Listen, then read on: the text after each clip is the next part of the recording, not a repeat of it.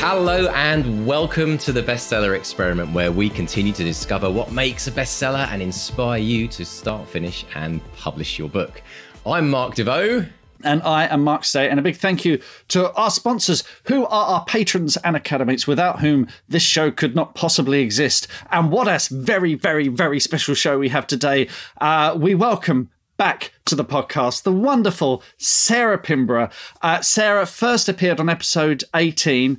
She's a New York Times bestselling and Sunday Times #1, an international bestselling author, published in over 25 territories worldwide. Her recent books include Behind Her Eyes, we're going to be talking about that, which is the smash hit 6-part Netflix series, Cross Her Heart, that's in development with World Productions, and her new novel Dead to Her is out now. Now, we'll be talking to Sarah about what's happened since we last spoke to her. We'll be asking listener questions about the book and the show. But spoiler warning. Listeners, this is a spoiler special for Behind Her Eyes. We've never done anything like this before. So if you've not read the book or seen the TV series, then stop listening to this podcast right now and treat yourself to a copy of the book, listen to the audiobook, settle down to watch the TV show. You can thank us later and then enjoy this podcast. So from here on in, spoilers ahoy. You have been warned.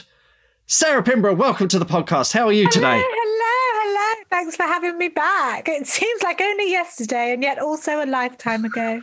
Oh, Sarah, do you know what? I don't know what's more amazing, the success of your book and the Netflix series, or the fact that Mark did that intro in one breath without... I know. I thought he's got good at this since I've been away.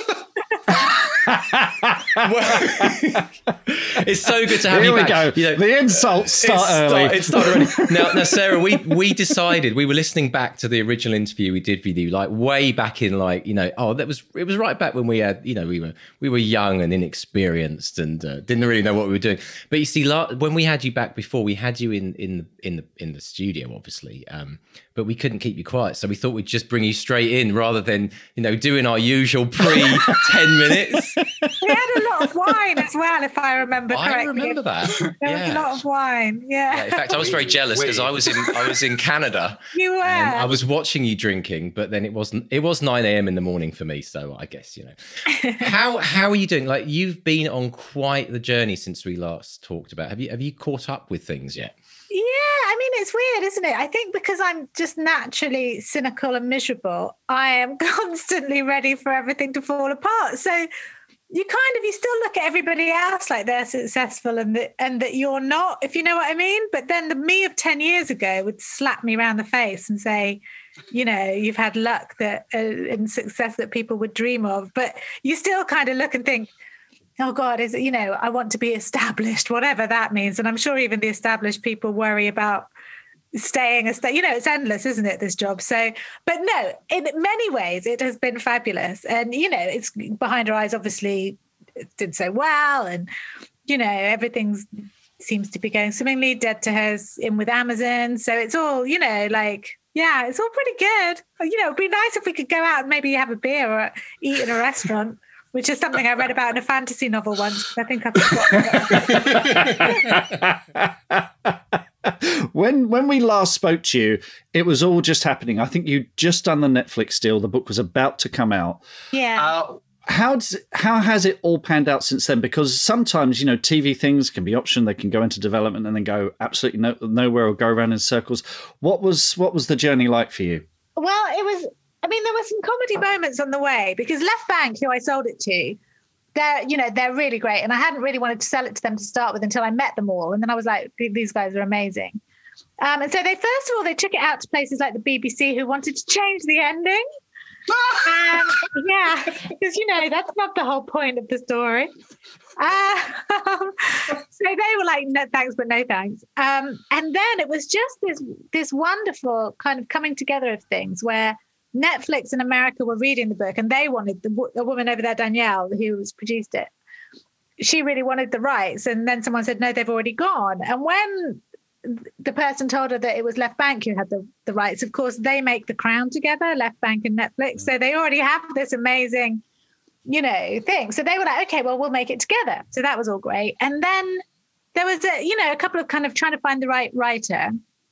And this was me being an idiot. So I was in my bed having a cup of tea And I opened my email and it was from Left Bank. And they were like, oh, come on, let's go have lunch, because we've got Steve Lightfoot on board to write, and I'm a massive Hannibal fan and, I really like his work. So I was really excited. And I think, I just didn't read the rest of the email properly. So I thought we were having lunch because we had Steve Lightfoot adapting. So I was like, woohoo, free lunch. So, I said, I'm going to have this great lunch. And then they're like, well, I said, well, it's great. I said, because now Steve's on board, maybe we've got a really good chance they'll green light it. And Andy Harries and Jeff Burdett, left back, they looked at me and they were like, did you read the email properly? And I was like, no, what did I miss? And it said, now that we have Steve Lightfoot, they green lit it without seeing a script. So it was green. So there was never, I know. So I was like, oh, that's why we're having the lunch. Like, yes, Sarah, come on, keep up. Note to producers, put the free food and drink at the end of the email, and then the whole, because it's like, oh, free food, where? Yeah, exactly. So it has been, so in that regard, it was a really smooth process because there was none of this like judging it on one script and judging it on two scripts. Like with Cross a Heart, that fell apart at ITV, I think, because they talked themselves, they kind of they loved the first draft. And then by the time they'd done 3 rounds of notes, they didn't, I wasn't adapting it. They'd talked themselves out of it almost. So I've got the rights of that back. But Netflix was so kind of keen to have, once they had a writer they approved on board, it was smooth sailing. And so then it was, I'm working on Left Bank with something else. It's just been great for me. And to be, like people always, you know what it's like, Mark. 3 years from, because it was ready last summer. Obviously, the pandemic pushed the launch date back. Right. And we were ready. We were supposed to be airing last July. And then because everything else was, I think it was things like needing subtitles being done for shows that were due first. So everything was running behind. So it was all a bit sort of mucky with timings. Although I'm glad it moved to now. So really 3 years from book coming out and option to being on the TV is really quite fast. And we thought putting a book out took time, right? we thought putting a book out took a long time. Yeah. How did you find the anticipation of that? Because that must have been really hard to manage. There must be a lot of excitement, waiting to see what's happening. I mainly spent a lot of time worrying I was going to get hit by a bus before it came out, because that's how my brain works. I just wanted to wrap myself in bubble wrap so that I actually got to see it. There's not a lot to think about in a pandemic. Take us to that moment where you actually, presumably you presumably didn't have to turn on Netflix to watch the show. I saw it last year. So take us back to that moment. I did this with Mark actually the other day when he went and saw a screening of his movie in the Warner studio. But take us back to that moment. Like bring all the authors that dream of doing what you've achieved. Take us to that point. Where did you see it? Well, I kind of think that most people would have a slightly better experience because it was in the middle of a pandemic. Right. So they basically sent me a link and I sat on my sofa on my own. No. And I watched it. And then we were supposed to have a screening. And of course, we were still in a pandemic in February. So we had a Zoom screening. And, so there hasn't been any of the, like HarperCollins wanted to do a big thing where, we were going to do a competition and then the winners would get to come for dinner and then come to the screening at the Left Bank organised or Netflix organised one. But all of that was out the window. So first of all, my first thought when I got the link was, oh God, this is 2020. If this is utter shit, it's going to finish my year off. And also I'm going to really have to practice going, when you have to practice that, oh my God, it's great. Because I really don't believe in authors slagging off adaptations of their own work, because I think you took the money and normally it's very good money. So at least either say nothing or be polite. So I was thinking, oh God, am I going to have to practice being polite?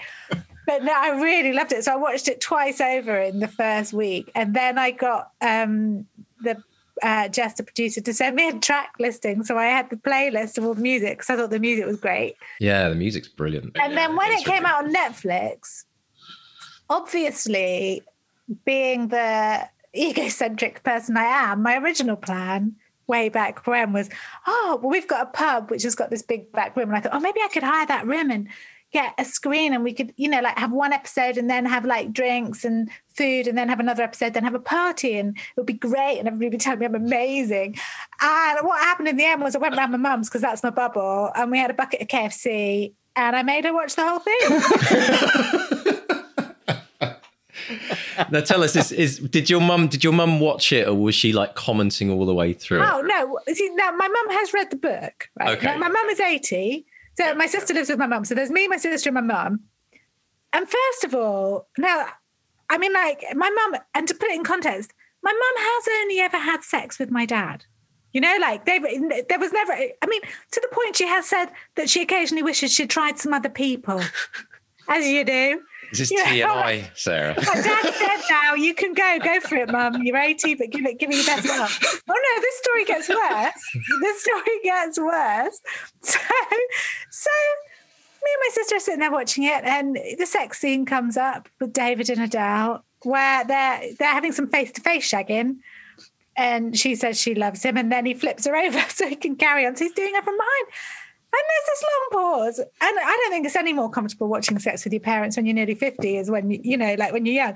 But my mum's sitting there and she went, "Are they doing anal sex or just normal sex?" And me and my sister were like, and I've really not been drinking in the pandemic. And my sister just picked up this bottle of champagne and went, "Top up." And I was like, and then we get to the end. And admittedly, I have made them watch all 6 episodes. So we get to the end, and my mother, being as all mothers, she's pretending she hasn't, but we know she's dozed off in episode 6, right? So she wakes up at the end, and then she went, "Oh, that poor Adele, she was such a nice girl." And we were like, "Yeah." She went, "Until the alien got inside." "What alien?" And she went, "You know, the little light in the forest." So, you know, and Laura was like, she fell asleep. And I was like, I think she did. And then my sister was trying to explain it. And then my friend Hannah, her mum, who's in her bubble, has moved in because her mum broke her ankle. And my friend Hannah said, "I can hear my mum on the phone to my aunt, and they're arguing about the ending of Behind Her Eyes and what really happened." She went, "I don't think it's a show for the elderly." Absolutely. Put that on the poster. So yeah, I think, you know, that's probably not how, as people who've just sold film rights are hoping it goes for them. And I don't blame them. You do wonder how they do screen tests nowadays with COVID. Yeah, I mean, I guess it's, oh God.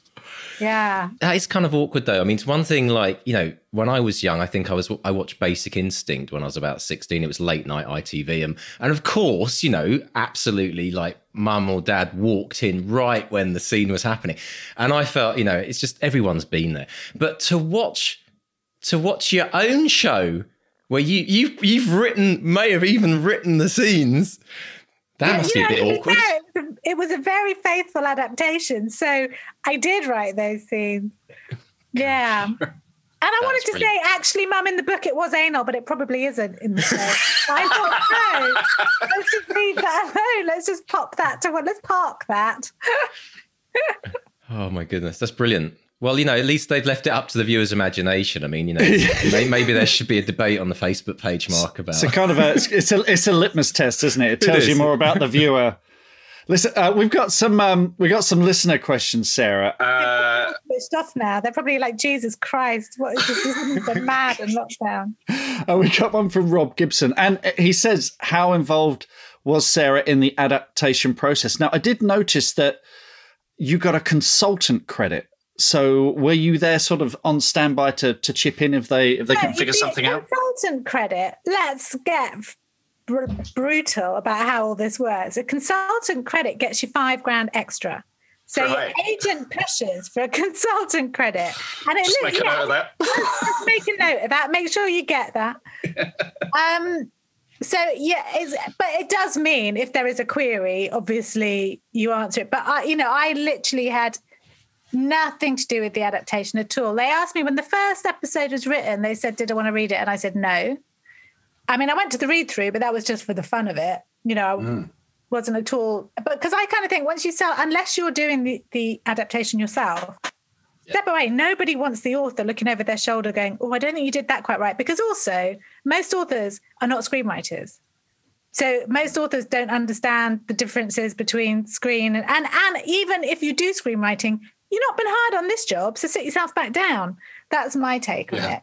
You know, I think no one thanks the author who wants to give notes. No, very good. Rob goes on. He says, it will be tough to answer this, but was there anything about the series that bothered Sarah, specifically anything that was changed or cut out? Now, you said it was a pretty faithful adaptation, wasn't it? Was there anything that you missed? And I was quite pleased because in the book, the cat gets it. I did. Save the cat. Yes, literally save the cat. There's 2 dead cats in the book. There's a dead cat at the beginning, which is like an echo of Marianne's dead cat. And when I was watching it and we were getting to that scene, I was thinking, oh no, please God, don't say they killed the cat, because it's quite different doing it in a book than it is. But they didn't. They literally saved the cat. And in the book, Adele was pregnant when Rob took over. Right. And Rob flushed that baby down, had an abortion. Wow. But they didn't have that, because I think as well, the book, because it's all internal monologue in the book, you can get the black comedy across in the book. So, but if you put that in a show, that would be really dark on top of everything else that's happened. That would have been the cat and an abortion would be really dark. Whereas in the book, it's all kind of, it's just, it's wrong to say it was fun that he had an abortion, but the tone of voice, the way it's told it's not so grim, if you know what I mean. There's also a line, it's on the last page, I think, of the book, where Rob, as Adele says, realizes that Adam is going to be a problem. And there's a line along, children are quite accident prone, aren't they? And you're like, together, yeah. I think it's grief. Children are accident prone, and grief can bring people together. But I think the implication is there in the show when she's just like, maybe I've changed, and she looks. I think the musical choices, were great. I think they did get that really heightened tone. Sorry, I'm waffling at you guys. I know you want to keep this to a tight schedule, but I haven't spoken to anyone all day, so you're just going to have to listen. Fair enough. We haven't spoken to anyone really since COVID began, Sarah, so you're in good company. So. Okay. When you're actually watching the show, I mean, I know as authors, and when Mark and I were writing Back to Reality, we kind of tried to write it in our heads as a movie. We were trying to see it as a movie playing out, so that it was very visual when we wrote it. Is that how you write, or was it an interesting experience, and has it been an interesting experience seeing how an adaptation has turned what was in your head into someone else's kind of vision with different characters? I write very visually anyway. I think that's probably why so much of my stuff has been optioned. Well, that's what I was wondering. I do write in quite a visual way, but I never really think about it. And to be fair, I mean, like what Steve did with this, although it's a very, very faithful adaptation, it was a really tricky adaptation because there's dream sequences, there's body swapping. It's all internal. He had to externalize a huge amount of stuff that is happening. Like in the book, a lot of it is just their reporting events and it's in their head. It's there. He had to get all of that across. And Eric, obviously the director, they had to get all of that across. With this one, I wasn't sure it would ever get made because it's such an odd story. Dead to Her, when that was picked up, I thought, and Amazon bought that in the room from Topic. So that's but that had a very much a flavour of big, Deep South kind of Dynasty meets the Deep South kind of thing. So that I could see happening. But Behind Her Eyes, I just thought, who's going to want to do dream sequences and flashbacks and all this stuff? Were they always talking about it as a series, or were they talking about it as, was there ever talk of a feature film? No, you see, this is where originally I think I said this on the last time, I really wanted to sell it to film because it was just before, Netflix was there, but it wasn't the powerhouse it is now. Mm-hmm. And TV still wasn't. There was, I think, like House of Cards and Orange is the New Black, and I think Fargo had maybe been on, maybe the first series of True Detective, but this kind of event television thing was only just starting, really. You still kind of wanted it to be the next Gone Girl film, really. You wanted the movie experience. But with Left Bank, they wanted to do it for television right from the start. And in the meeting, I remember being, I'm not really sure about television. And Andy Harries was just like, look, Sarah, I'll tell you this, we'll get it made. Sell it to us, it'll get made. And I was like, I looked around the table and I thought, and they totally got the book. They totally understood it.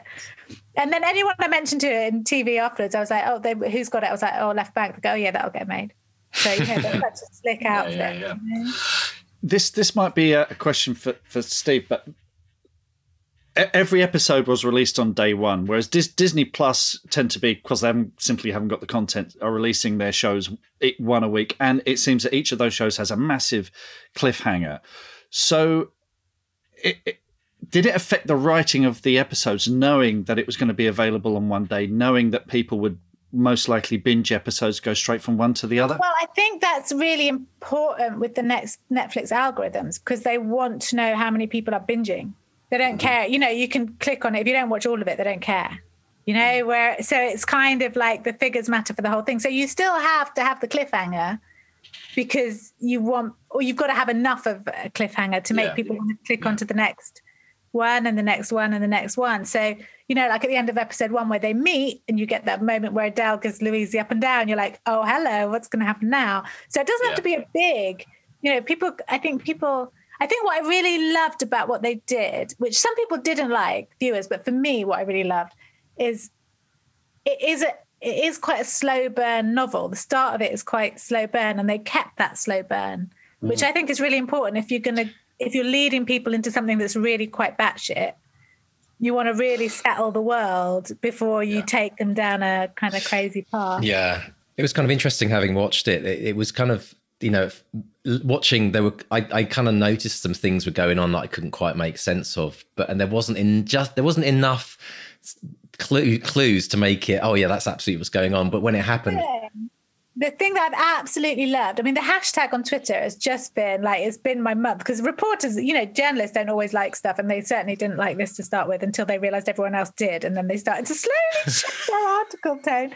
But on Twitter, it was just immense. And the amount of people who were like, I've watched it the second time knowing what I know, and now I see all the clues I didn't see. So I really like that the people who have, some people are still, as with the book, oh, that was just pulled out of thin air. And you think, no, if you watch it again, then people on Twitter were like, how did I not realize the colors, and how did I not realize the camera angles and this and that and the cooking, and, so that's been great. The cooking was the thing Claire noticed. She was like, I thought she couldn't cook. And then when Rob starts cooking, she's like, It's brilliantly thought through. There's very few things that you watch and then you have to think about them more after you finish watching them than during you're watching them, right? Yeah, I like stories like that, because I like it to make sense and it has a proper ending, but you still go away with your brain. I mean, when I watched it, and to me this was a tell for how good I thought the show was, I finished watching it, so I got to the end and I was like, oh, that's quite dark. Then I went and had a shower and I was still thinking about it. And then I got into bed and I was still thinking about it and how disturbing it was. And I thought, I made this up. Why am I so You wrote it. It's in my head. But it was, it's different seeing it. Well, we've got a question from Laura Shepherd, who says, I love how Sarah both signals and hides the twists with the same clues. How did she plan this? Some misdirection tips would be wonderful. Thanks, Laura. So I remember when we last spoke to you, you're very much a planner, aren't you? You do outline a lot of stuff. But you start with the ending with this one and work back, didn't you? Start with the ending always. Well, I don't, I have to have the ending locked in. So I think then you've got, where you're going. And I think because I do quite a lot of screenwriting, that really helps, because as you know, everything is structure. Everything is structure in screenwriting. So if you apply that to writing a thriller, you're doing the same kind of reveals, turns. But quite often I do it too subtly, and then like Natasha Barden at Harper is like, no, Sarah, you've got to actually make it so that people could possibly guess this, or at least see it when they look back, Because you know what it's like. You feel like when you're writing a clue, you feel like there's a massive arrow over the top going, look here. Yeah, because you know it.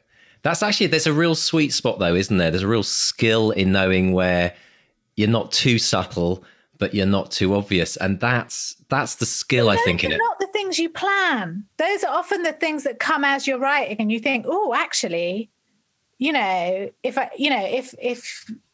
she, if the last few pages of the notebook are missing, or if he says she can never see this notebook, that these little clues. And in the book, there's one when she takes out a photo. She's going looking for the notebook, and she takes out a family photo. And of course, it's Adele when she was 17, which was obviously the real Adele. And she's like, oh, I'm looking at a stranger kind of thing. And you feel like it's because her life has changed so much, but actually, no, it's looking at another person or something like that. So it's actually honest. But that was the hardest part writing Adele, because she had to be honest, but you had to be able to go back and say, oh my God, you know. And was Natasha really helpful in being that objective point of view, in saying to you, actually, this is great, I completely fell for it? Was that guidance helpful? Well, yeah, I mean, I pitched it first, so they had it as a written pitch, so they got it. You know, they knew what was coming and stuff. But yeah, Tasha's really good at, you know, she's very good at the, how can I put it? Because a lot of character stuff she's very good at. You know, she's like, Adam, my fucking bugbear was Adam, because I don't have kids, you know? So I'd written this 6-year-old, and even Tasha's like, Sarah, I don't have kids, but, you know, this is not how a 6-year-old behaves. I've asked around the office, because he was such a good boy. So I had to make it and then send him away for a month, you know? But she's, you know, she's very good at also younger women, because obviously she's 31, 32. So, you know, I'm nearly 50. So there is that millennial divide. I'm a bit more sort of cynical about the world and stuff. So, you know, yeah. But yeah, she's well, I was going to say, as a dad of 3 kids, I've got to say that the son was one of my favourite characters. They absolutely nailed it brilliantly, dancing around, going off to France. I just thought, wasn't he? Because he was lovely, adorable. They didn't go for like so sweet, particularly sweet kid. They just got a really good. And I love the hashtag of Save Adam. Everyone says, yeah. Save Adam. And he's got a brilliant Paddington Bear stare as well. He's like, yes, because he knew as soon as that door opened, and he sort of hesitates, and it's like, oh, he knows. He really knows. People really picked up, which I didn't pick up, that came in the direction, I think, and probably in the writing as well, in the scripts, can't remember. But every time Louise greeted Adam, she crouched. Every single time that it was at school or, you know, coming back from holiday or whatever, she would crouch down to see him. That time she didn't. There was, you know, little things that were so subtle that I didn't even notice. Some people really watched it really closely. I should have set a test. Now, because of how the ending kind of not split the audience, but there was certainly, like you're saying early on, a lot of the critics were kind of like not kind of like understanding it really in some ways. How do you take that? Because we get a lot of authors who talk about this idea of, you know, their work, when their work gets out there and it gets criticized. How do you deal with it, Sarah? Because obviously, I don't mind. You know, like I would mind if it was everybody. If the whole world went, Jesus Christ, that is the worst book I've ever read, I think, oh God, man, I didn't really hit the mark with that one, you know. But when the ending was always going to be Marmite. It was Marmite in the book. If you're someone who's picked up a book and you only read like pure crime, you know, if you're a purist in your crime reading, the ending's going to piss you off. It doesn't matter how clever it is, it's going to piss you off. It's not your type of story. But 90% of people have gone with it, and especially the Netflix audience. You know, I think they're much more open-minded, maybe. I mean, I'm not saying that crime readers are closed-minded, but you know what I mean? If you're watching Netflix, you tend to be watch a bit more broadly. There are some readers who, you know, and I've heard authors say this as well, I just won't read any fantasy. I won't read anything that's not grounded in reality. And the thing is, those first 2.5, 3 episodes, you know, the first half of the book is very much grounded in reality, and it's brilliant and it's great. And you're thinking, this is a great domestic thriller. Oh, she's cheating on, and there's affairs going on, but how's it going to end? And then you start getting the funny camera angles with the light around the corner, and I'm like, oh, wonderful. And I can see some people are going, oh, this isn't, you know. And the thing is, though, to me, it is a domestic thriller. You know, it's absolutely peak domestic thriller. Yeah. The fact that it has a bit of crazy stuff in it, you know, it all hits the beats. It's still got the clues. It's got all that stuff. So, yeah, I mean, I don't mind. People, you know, it's if you're going to try and write something spit out of the box, you've got to be prepared that a lot of people aren't going to like it. But, you know, I just don't get involved with the you know, I'm never going to defend it, because I think I've bought books that have been massive bestsellers and thought, God, this isn't for me. You know, and that's just the way it is, isn't it, for all of us? The thing is, if you go for just a kind of standard vanilla ending, it's, you know, the classic happy ending, then you don't get any discussion afterwards. You see what we've seen happen with your book, and also now the Netflix adaptation, is it's gone bonkers in terms of, like, if people are talking about it, then that's ultimately good, because then other people, we always talk about this with Amazon reviews.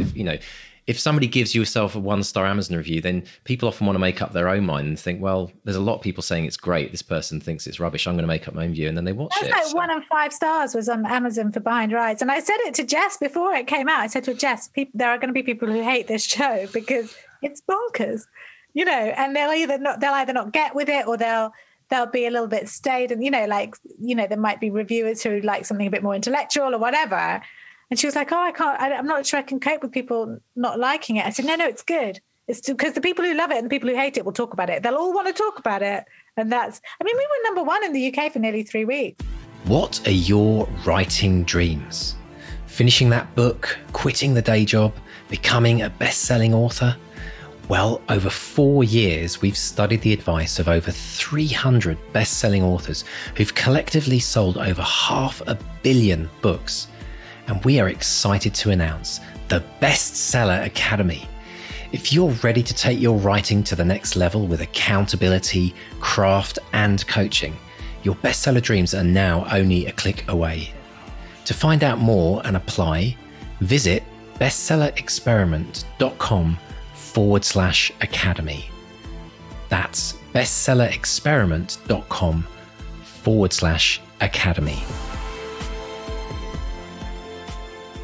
I think we just got to 3 weeks and then dropped. So, And do you know how it was received abroad as well?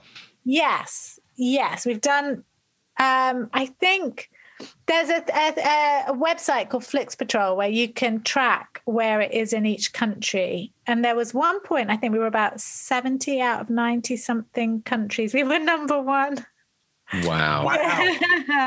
So we've done really well, and we're still in top 10 pretty much everywhere. We've dropped out in a few places, but yeah, so a month in, it's not bad going. Massive congratulations. That's absolutely brilliant. It's just weird. It's such a weird feeling. Such a weird feeling. I got a couple of questions here. So Jeff White says, how do you cope with success? And is there anything you would tell yourself when you were starting out? Any specific advice for those in the early part of their author journey?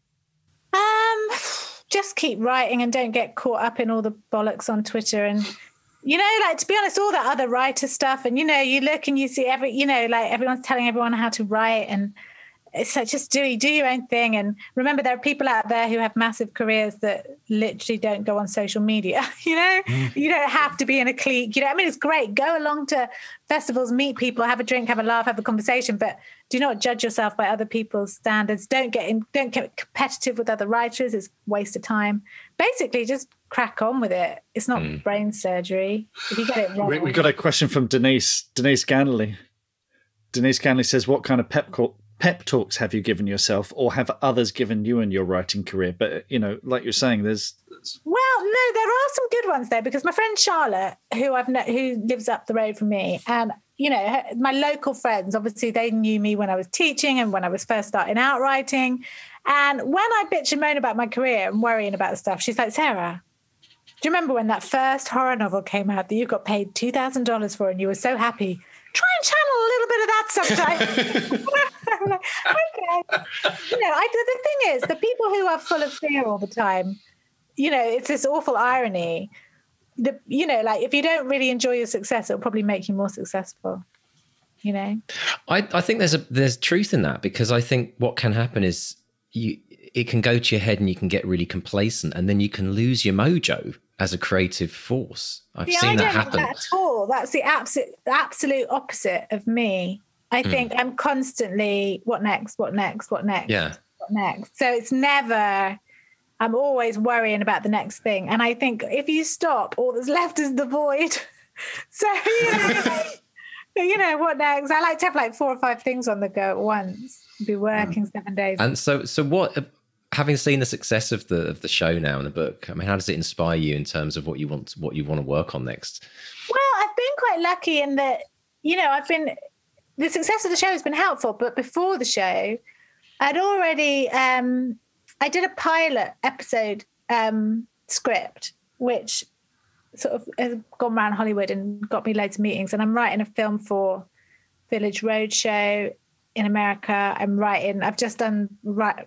written we've got to do notes on it, but the adaptation of The Death House, which hopefully we'll be filming next year with the producer of Bohemian Rhapsody.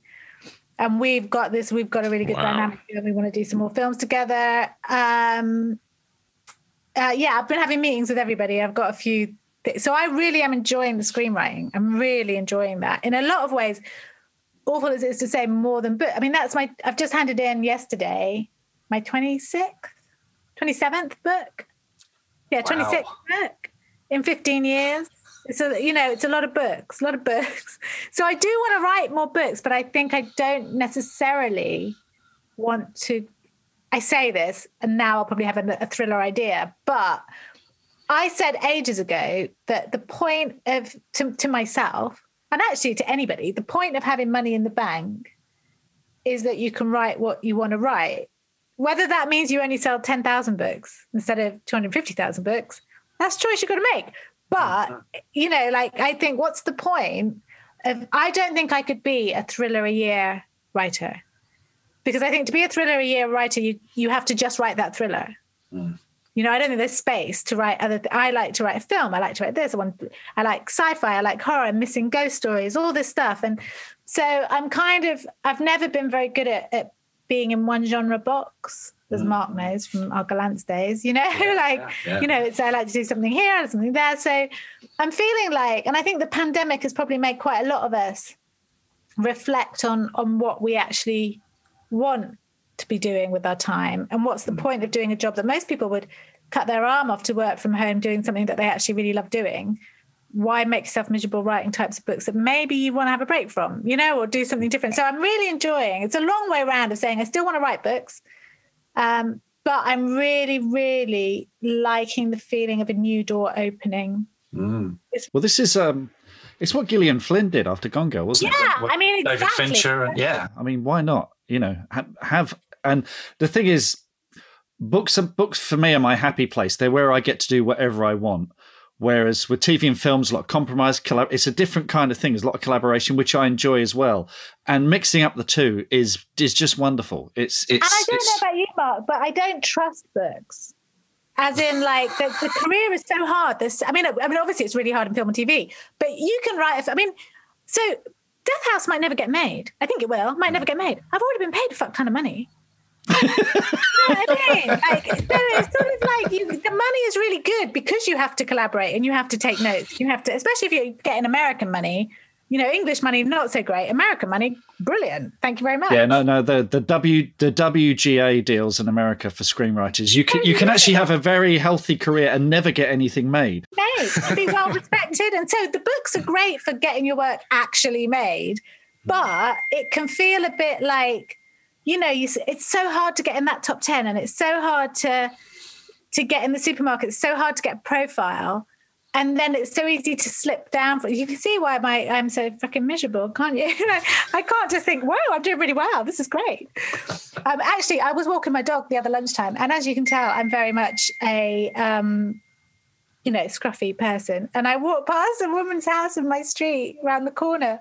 And she opened the window, and I've seen her obviously in passing, and she went, Sarah, I just want to say, we really love Behind Her Eyes. She said, and also, we just love that you're so normal and you live on our street. She goes, you're so famous and so normal. And I thought, she really doesn't have any idea of how not famous I am. So, yeah, I'm so famous. But it was a nice moment. But, yeah, I just want to work and make lots of money and be happy. I mean, what's so wrong with that? Absolutely. Why could you ask for less? It is interesting though, isn't it? Because I think the idea of being an author, being a screenwriter, a lot of what appeals to that creative is the idea that even if you have a worldwide successful Netflix series, you can walk down the street. And I think it's kind of the very few places or careers in the world where you can get that level of success and not become, like get mobbed in the street. Do you enjoy that aspect of it, that you've got fans that really kind of know who you are and what you've done, and then other people that you can walk past in Sainsbury and they wouldn't know that they just watched your movie film? when I started out, I thought I would really enjoy all the publicity side of things, but I really don't. Like, I would quite happily go to a festival. I really hate when I have to do a panel at a festival.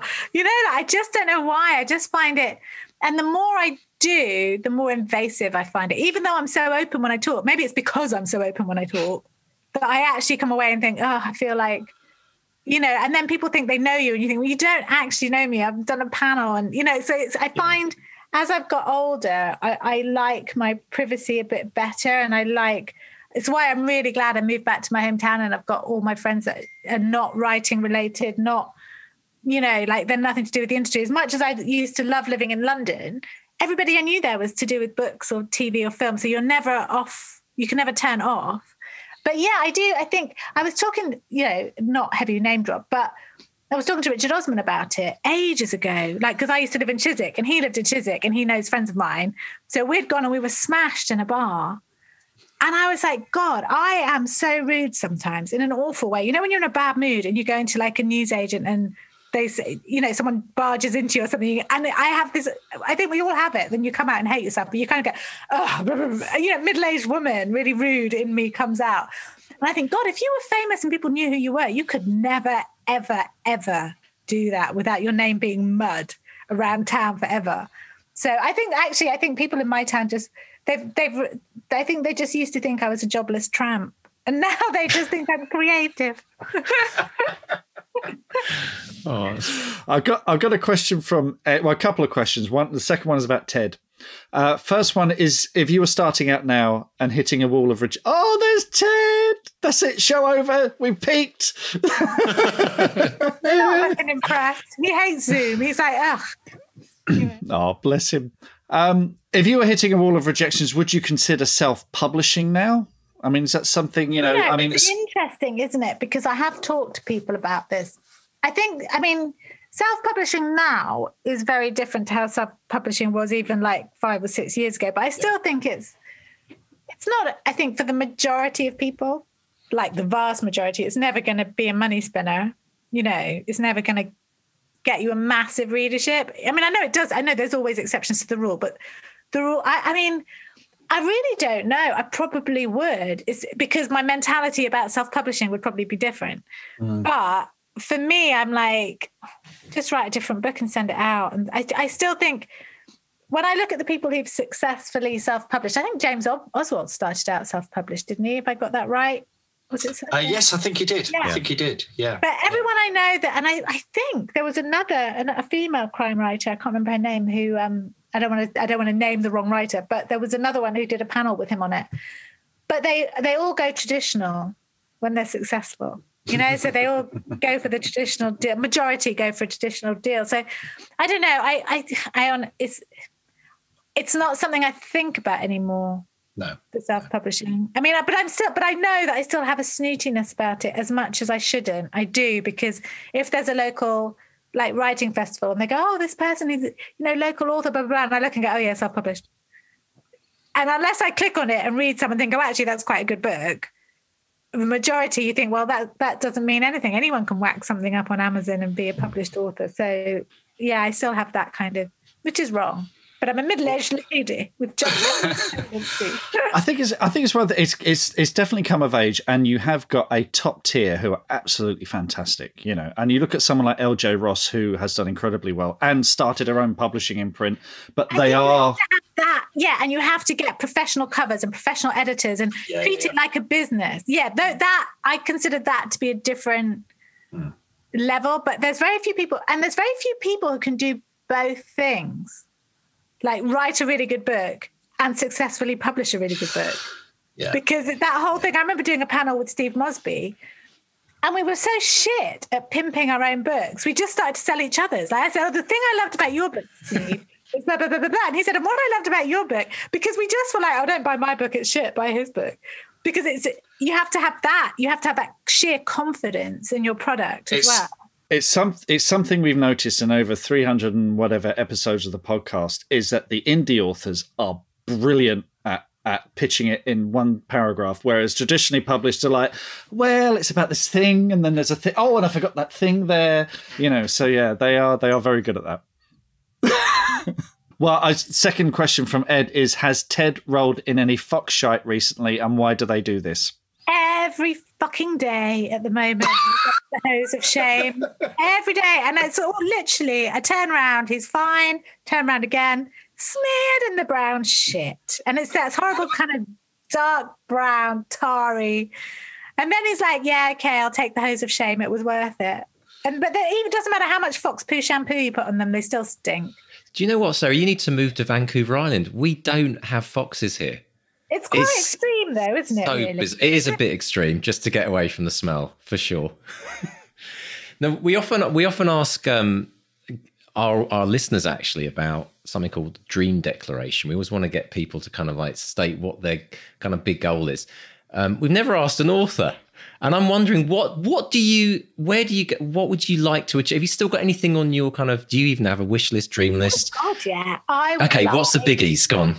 Well, I would like everything. I'm honest. I want it all. So Is there a biggie? Is there a biggie? Yeah. I've got a list. Go on. Give us a list. I won't get it because I'm not that kind of writer, but I'd love, like, as everybody would, like a girl on a train moment or an Eleanor Oliphant or a Gone Girl, because, Behind Her Eyes did well, but not, like nothing like that kind of where everybody's talking about that book that really hits a mark. Or I would like to write one where I think like Eleanor Oliphant, where you write a character that people really love, or Bridget Jones, which I know is not perhaps my normal kind of arena, but just to write something like that. I would like to write films that are made. I would like a TV series on HBO. I think I'd probably quite like an Oscar. It would be nice. Yeah. So I think my list is, and the thing with me is I literally tell myself I can get these things. It's like, yeah. I'm just like, why not? Someone's got to win one. Well, it's probably partly the reason why you've been so successful. I mean, we've honestly, we've seen this over and over again. We say to people, you've got to, everything first starts as a thought in your imagination. And unless you can actually imagine it, then... To be honest, this was not how I imagined my life if I was ever going to have a hit Netflix series. I didn't think I'd still be walking around in my Amazon or Primark joggers in my 3-bedroom semi in Stony Stratford, Milton Keynes. I thought I'd be living in a nice Malibu mansion. But weirdly and irritatingly, I mean, I do find it hugely irritating that I really like living in my small town. I'm like, why don't I live in a penthouse in New York? And I thought, because I'd be shit at it. Well, look, I've got one last listener thing here, and you've done panels. So this starts with, it's not a question, it's just a comment. So whenever you hear that at a panel, sends a chill down your spine. But stick with this. This is from Liz Green. Liz says, if it's appropriate, I want to tell Sarah that as soon as I finished Behind Her Eyes, the book, I texted 2 friends and told them they had to read this book immediately. And I sent a copy to my grandma, who it turned out had already read it. We've now all watched the show, and my husband immediately called his dad and told him he has to watch it, which he's now done, and we loved it. But more importantly for me, and Liz is one of our academates on the Bestseller Academy, she said, I felt like the book was a masterclass in how to keep readers turning the page. It showed me how much power there was in using intrigue and suspense. It got me excited to start using some of those techniques in my writing. I've been feeling a bit crappy about my novel in progress, but reading this book energized me to have another crack and have fun with it. I'm now almost 50,000 words in and genuinely enjoying writing again. So how about that? That's bloody lovely, isn't it? Do you know what? For all my cynicism, that's kind of like, you can't ask for more than that, can you? And also it doesn't matter whether you get a Netflix series or sell 10,000 books. If you make one person feel like that out of 100 people buying a book, what a great thing to feel. So thank you very much. So that's probably listen to this now and think, Jesus Christ, that woman's a dick. No, but this is the gift in all this, and we've said this so many times on the podcast, that when you go out and you go for it, like you find yourself in that space and you say, I am going to go for this. I'm going to go for the best I can. The other thing that you're doing by living your own dream is you're inspiring others to live theirs. And that is, and Liz's comments there are just, and that for me, those are the things to collect at the end of the day, because like you say, they're priceless, aren't they? Like you've changed another author's life. Yeah. You may have kept an author writing because of your book, and that, I think is where the the sweet spot is. Definitely. Yeah. Brilliant stuff. Basically, I am writing Jesus. I think that's what we Sorry, that was blasphemous. I'm obviously not Jesus. Clearly not Jesus. It worked for the Beatles, Sarah. It'll work for you. That's true. Excellent stuff. The other writer is like, get back in your pram, love. You're right. Kind of trashy domestic noir. That's the title for this podcast. Sarah Pinborough, Bigger Than Jesus. Oh my God, maybe this pandemic's gone on too long. I need like a therapist. Well, we can always be your therapist, Sarah. You know, we're always available. Just pop on the show. How bad I am when I'm sober. You're probably wishing I had more wine in me. This is like... So what's next, Sarah? What's coming next? You've mentioned Dead to Her is out now in hardback. There's a paperback in the summer. You've got 13 Minutes coming. And you're the sole writer on that, aren't you? You're what? Death House? On 13 minutes? 13 Minutes. No, that was Josh Swartz, who wrote Gossip Girl and Glee. But that's come apart. I've got the rights back. But I think I might be selling those again. And I think I will be writing it. But it may be film. You mean IMDb was wrong? I know.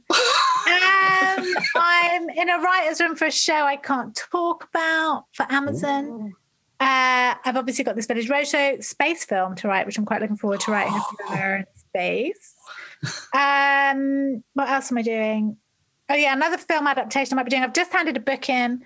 I'm planning a YA book. I haven't told Tasha it's YA yet, so she might not want that one. So I need to write that quite quickly in case she doesn't want that one, while mulling the next adult novel. And then I'm kind of out of contract, so I'll be seeing how the land lies. Obviously, I still want a contract, but you know, last year, before I handed in the outline for this book, which is a bit weird, but I kept handing in these outlines, and they were like, "It's not a thriller. It's not a thriller. It's not a thriller." So I kind of, when I'm out of contract, want to revisit some of those and think if I can find some magic in any of them that works. And then I'll probably just come up with a thriller idea. Because you know how it is. The minute you think, I can't find any more thriller ideas, I'll be like, oh, what about, you know. I just want to steal Harlan Coben's brain and implant it in my head. We asked Michael Connolly about his experiences in the writing room at Amazon. Obviously you can't talk about what you're doing, but what's it like? What's the experience like in a writing room for you? It's all English people, and it's obviously in Zoom. It's in, it's not in Zoom, but it's in an online thing. So it's not the same as, I think it's not as intensive. And I wouldn't have been able to do it if it had been trekking into London every day, 5 days a week. Time, dog. Yeah, I just would have been like, I've got to write a book. Whereas because you're doing it all online, literally, I can get up, I walk the dog. And in the winter, I was getting up at 5, doing a couple of hours work on the book, walking the dog, coming back, exercise, breakfast, writer's room. And you've kind of done, it's not, I've got to get on the train at this time, get across London, get in the room. So it's been quite an interestingly relaxed process, actually. I'm sure it's not going to be as soon as, we're now in the redrafting process and everyone's starting to sort of splinter off a bit. But it's been quite interesting. And actually, for me, it's been great because just before Christmas, I was starting to, when you live on your own in a pandemic I'm really happy on my own, but it can get a bit wearying, So when that came along, it was a bit, okay, so Monday to Friday, there was a sense of routine. And we'd always start the first half hour of a day just chatting. And so it was nice. It was actually really did me the world of good. Would you be happy after COVID if it kind of stayed, if that became the kind of norm for writing rooms on Zoom? For all things. I mean, what TV, especially TV people, like before this, I'd be going into London for 20-minute meetings. And you're like, I've literally, I'd say, we could have done this on the phone. They go, oh, yeah, but we really wanted to see you. You're like, yeah, but it was literally one note, and because I'm such a OCD about lateness, I can get from my house into central London in an hour if I time it bang on, cab, train, tube. But because I would rather be early than have people wait 20 minutes or 10 minutes. It often would take me an hour and a half there and back because the way I travel. So you've lost half your day. Whereas this way you can have the meeting and have done the next draft, especially if it's any little notes, because you've done it all on Zoom. It's great. I've been hearing that writing rooms, because they're on Zoom now, the dynamic has changed a bit, because you'd have a room and it'd be quite boisterous, and they can often be quite blokey as well. And there'd always be one person constantly interrupting and making wisecracks. And now everyone's had to moderate their behavior and change it. And it seems to be, the Zoom thing seems to be making the writing rooms a little more democratic. Everyone's getting a little bit more of a say. To be fair, ours, we all got on so well that it was quite good. I mean, I'm gobby, but I was moderating my gobbiness, because I was like, oh, I'm not in charge. I had to keep reminding myself I wasn't in charge. It doesn't come naturally. But no, it was a really good experience. And we were all, we all got on so well that, we didn't, to be fair, I've heard some nightmare stories about people being made to stand in the corner of writing rooms and stuff like that. And I think more America than here. I think because the pressure is high there, whereas we're all English people. So there was a lot of, pausing for a wee and a cup of tea. Now, before we finish up, Sarah, there is a question that everyone wants to know. Someone who's published and written as many books and screenplays as you have. What is your writing day look like? Are you very structured, or is it kind of all over the place? How does that work? Well, it depends on the time of year. So in winter, I'm definitely a morning person. So in winter, when it's dark in the mornings, I get up about 5:30, do a couple of hours work, then walk the dog. So then sort of be back by about 9. I'm kind of a morning worker, more on the book, potter around, clean, do whatever boring, shopping, whatever that you have to do. Afternoon, I'm really shit at writing in the afternoon, so I'm better at screenplays I can do in the afternoons, or just planning and answering emails and admin and that kind of thing. And then in the evening, I might do some more. And often now, I think, because I know I'm shit in the afternoon, if I want to watch a film, I'll watch it in the afternoon.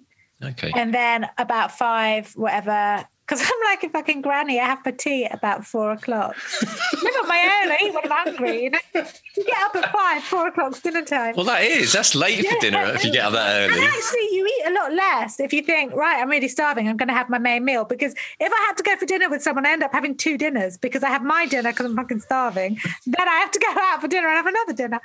And then I can sometimes surprise myself with an extra 1,000 words or whatever in the evening. But I literally am a 7 days a week I work. Not always productively. Like one whole day thinking. Like, I'm supposed to be adapting a short story there, but someone's asked me if I want to adapt a short story. That's one of my favourite short stories. But I'm just when you're trying to find an in with the character, the action bit I can do, but I need to find the characters, and so I'm just mulling a lot. I'm not really writing anything with that. I'm just mulling it. But yeah, so really, I think I would like to try and be a person that has a day off a week, because I really am lazy and like to sit on the sofa and watch movies. For me, though, this is probably why I'm single, I will happily watch 3 or 4 movies in a row, with a dog walk after 2, and then I'll be like, okay, where's the pick and mix? Back for another one. Back in the day when they were all coming out on iTunes and, like Amazon, there was lots of new films. Because, of course, we've had a bit of a slowdown, haven't we, because production stopped. But yeah, I used to love like a rainy Saturday afternoon, start at about 11 and be like, okay, let's have some movies. It's all good research, though, isn't it? I mean, it's we can tell ourselves that, Mark, but literally it's just lazy. No, it's research when you've actually managed to publish a book. I know a lot of people who are still doing research for their first novel, and they've been writing it for 20 years, but they've watched more Netflix. You've got a notebook beside you on the sofa. It's work. You can claim it on expenses. Every film. Tax deductible. Yeah, it's all still my money. Brilliant. Excellent stuff. I got one outstanding question from Rob. He asked, did you get a cameo in the show? And someone told me you were in a scene in the last episode. Is that true? Yeah. I missed it. I was sick. Well, number 1, my hair was brown. Number 2, I was about 1.5 stone heavier than I am normally. So yeah, I was sitting outside the cafe. The one in Brighton. Yeah, and I'm chatting to the woman when Louise comes up. And I literally had a hot water bottle up the back of my top because it was so fucking cold. And it was supposed to be summer, so everyone's looking in summertime. And so we'd gone down the night before and stayed over. And then Eric said to me, right, Sarah, your cameo, we can either have you in the cafe, but you will have to be here all day, or you can do outside the cafe, which is cold, but you'll only be here a couple of hours. And I was like, that's the one for me. So I am in there. Brilliant. Well, folks, if you've enjoyed this, subscribe, rate, review on iTunes. Thanks as always to our editors, Dave and JD. Get in touch on bestsellerexperiment.com. Drop us a line. We're on Facebook at Bestseller Experiment, Twitter and Instagram at BestsellerXP. Sarah, where can people find you online? In dark corners. They can find me at the aptly titled at Sarah Pinborough on Twitter. And I think I'm Sarah Pinborough Books on Instagram, but mainly I'm just on Twitter where I pop on and put pictures of my dog and then leave. Oh. Well, Sarah, it's been an absolute pleasure to have you back on the show, and just our massive congratulations with everything that's happened. Obviously, you might not remember this, but you came on just before Behind Her Eyes was released last time, and it was then, I think it went to number one, Mark, didn't it? That Sunday, hit the Sunday Times number one, and we've always claimed that as, you coming on the Bestseller Experiment. I know. We absolutely appreciate you taking the time out to chat with us today. It's been lovely to come so back. Much fun. I'm sorry I'm such a dickhead with what I say on conversations, but thank you for having me. Brilliant. And all the best with everything that you're going to be working on now and in the future, and hopefully get you back on in the near future too, hopefully. Yes, I'm going to hold you to that. When you win your Oscar. Yeah. Actually, I've got your list written down. We might have to do it before then. That might be a while. I've got your list written down. So any one of those hits, you're back on. Okay. Every time one of those hits, I think. Yeah.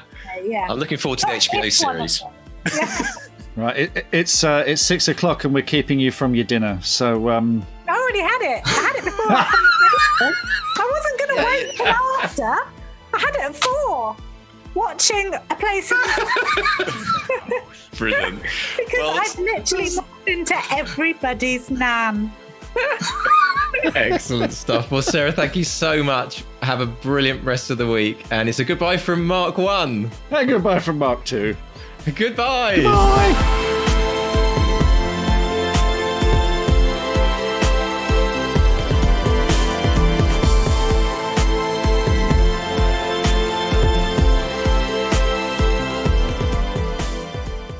To read Back to Reality, the best-selling novel of the Bestseller Experiment by the two Marks, go to bestsellerexperiment.com/Back to Reality. And subscribe to this podcast to get loads of extra bonuses. Go to bestsellerexperiment.com/subscribe.